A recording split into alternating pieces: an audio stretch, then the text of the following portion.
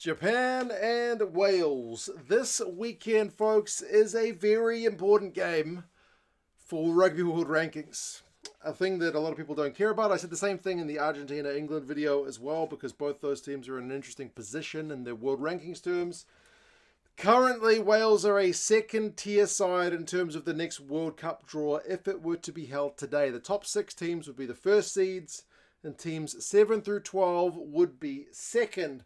If Wales drop another spot where the Japanese are in 13th or even further down to 14th or whatever, that would mean going to the next World Cup against potentially, New Zealand in one as your top seed and, Australia as your second seed. You could be in a pool with those two teams. You don't want that. You want to be a higher seed than a lower one. So this is an important match for both sides because genuinely Japan can surpass Wales if they beat them in Fukuoka this weekend. And Wales can just break their losing run. Wales are 17 matches in a row? Wales need a win pretty desperately. They've still got Matt Sherritt in charge somehow. They still haven't appointed a permanent replacement for him yet. We will see how things go. Eddie Jones is in charge of this Japanese side. They got absolutely hammered by the Māori All Blacks a week ago, although it was a somewhat different team which is playing this weekend. We'll go through the squads, some of the stats predictions, and you guys can let us know your thoughts. But I will say for the Japanese guys, I don't know them as well as I used to. When they were in Super Rugby with the Sunwolves, I was pretty familiar with most of the players. I don't watch the League One, sadly. So all of these new guns that have been brought in by Eddie, I am way, way less familiar with. But I'll talk about the guys that I know from seeing them play in the Pacific Nations Cup and whatnot as well.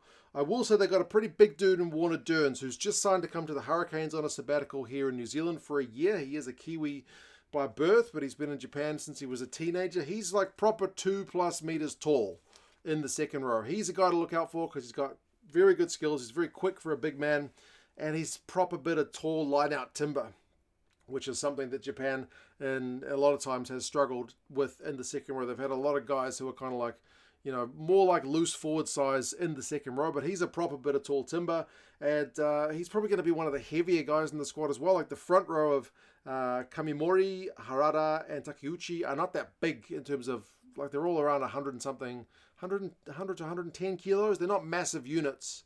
So they do need a bit of bulk in the second row, and Kamimori on the loose head is on his debut. So it'll be interesting to see how he goes at scrum time. But the Japanese, I think in recent times, have been looking to produce more locally grown players in the front row, and that's what we see with this Japanese team selection. The back row is less locally grown in terms of Leach, Cornelsen, and Fakatava. Leach is another one of those guys that captains the side, has been in Japan for donkey's years. He's one of the more familiar faces for people who only loosely follow Japanese rugby like myself. And then Fakatava is genuinely very dynamic. As I said, he can play kind of lock loose forward. It's probably better for him to be in the loosies because he's not as tall as the likes of a Warner Dearns, but he's certainly very athletic around the park. Fujiwara and Lee is the 19 combo. Lee's got a good kicking game around the park. He will push teams back onto the back foot if they leave spots in the backfield open. Nakano and Riley.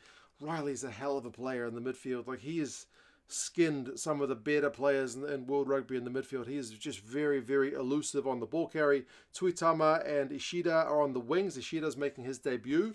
Eddie Jones has been talking him up. I looked at his stats. He's got 11 tries in 16 games in his League One season this year. So he seems to have a pretty good record for finishing. He's not the biggest guy. He's pretty small, bit of a pocket rocket. Likely a pretty elusive ball carrier. But as I said, haven't seen him in the League One, so can't testify to that. And then Matsunaga is there at fullback. On the bench, they got a couple of debutants in their front row replacements in Era and Kimura. But some of these guys played in that Māori All Blacks game last week, which was obviously not a capped one. And then they've got their heaviest player on the bench, which was their replacement lock, Rara Tabua, the big Fijian. He's like 120 kilos. That's their heaviest player. So they're not packing really big units, this Japanese team. They're going away from the kind of standard, just go for pure bulk, which a lot of the teams are going for. They don't necessarily have the players to do that. So Eddie seems to be going a lot more mobile with the players. He's got Ben Gunter as a world workhorse. He's on the bench as well. And then 3 debutants in the backs, Kitamura, Nakakusu, and Vailea. So all uncapped, 3 backs on the bench. So it's a 5-3 split from them. 7 debuts across this Japanese team all up. The Welsh team's a fair bit more experienced. They've not been as devastated as some of the other teams in terms of losing players to the Lions. It was just the 2. Jack Morgan's a hard guy to replace, but if there's one thing you guys have a lot of in Wales, it's loose forwards. The fact that Tommy Reffell is on the bench speaks to that. Turnover machine Josh McLeod is in the number 7 jersey alongside Alex Mann and Talupe Faletau. So Faletau is certainly one of the most experienced guys in the squad, because there's a fair bit of inexperience in the pretty young Welsh squad generally. But Nicky Smith's another veteran alongside Dewey Lake and Asarati. So that's I look again a little bit of tinkering from the end of the Six Nations. Like Lake and Asarati were both on the bench for that final game against England. Ben Carter, I remember he was injured during the Six Nations. Pleasing to see him back as another opportunity for him, because he was talked up a lot when he first came onto the scene with Wales, but it's been a bit of a tough one with injury of late. And then Hardy and Costello is a new 9-10 combo. I was hoping to see Dan Edwards, but he is conspicuous in his absence. So we'll see how these guys go. See if they decide to run the ball at the Japanese defensive line, which was guilty of conceding a lot of line breaks in their recent games, to be fair. Ben Thomas and Johnny Williams, the midfield, Josh Adams and Tom Rogers.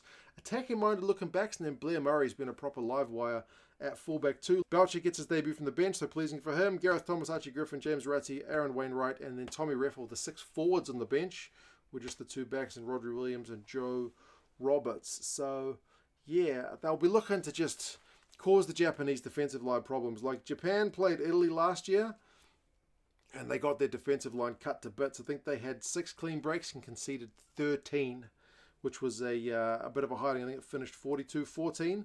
And last week against the Māori All Blacks, clean breaks was 2 generated by Japan, 12 conceded. So if Wales can get the ball flowing through the hands, the Japanese defensive line potentially is there for taking, looking at previous results. But getting the Welsh attacking line going has been easier said than done in recent times. What can I say?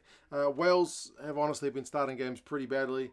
They've been averaging, I think, 10 points plus conceded in the first 20 minutes. And in the Six Nations, they scored a grand total of 6 points in their 5 games in the first 20. So Wales have been slow starters. It's going to be pretty hot and humid, I would imagine, in Japan. So they don't want to have to chase a game, because you feel like the conditions will take their toll on the Welsh guys more as the game goes on.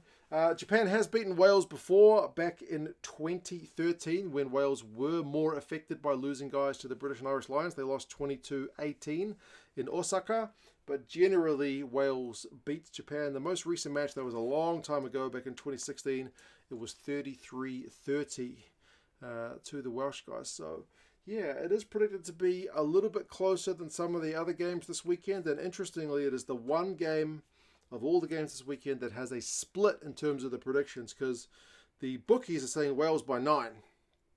The Rugby Forecast algorithm is saying Japan by 4. So, it's an early kickoff for you guys in Wales. I think it's a 2 p.m. local kickoff in Japan. Afternoon rugby, making the most of those hot and humid conditions, which is 5 p.m. New Zealand time, which actually works pretty well for me. It's not a bloody 3 o'clock in the morning kickoff for a change, so I will be watching this one with interest. World rankings and World Cup seedings on the line for this one. Japan against Wales. Can Wales break their duck, or will Eddie Jones get his side clicking with 7 debutants? You guys let us know your thoughts. Talk to you guys again soon. See you later.